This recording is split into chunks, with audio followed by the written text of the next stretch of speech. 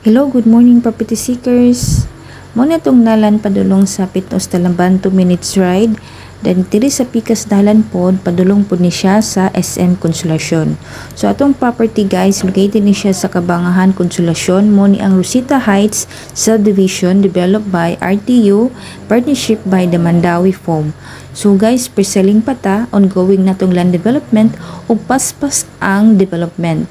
So kung gusto pa mo makaabil ani na promo na 12,000 ang per month, pag-abil na mo guys, kay karong bulan na may Christmas promo buyer, so makasave mo ang 1.5 million. Imagine makasave mo 1.5.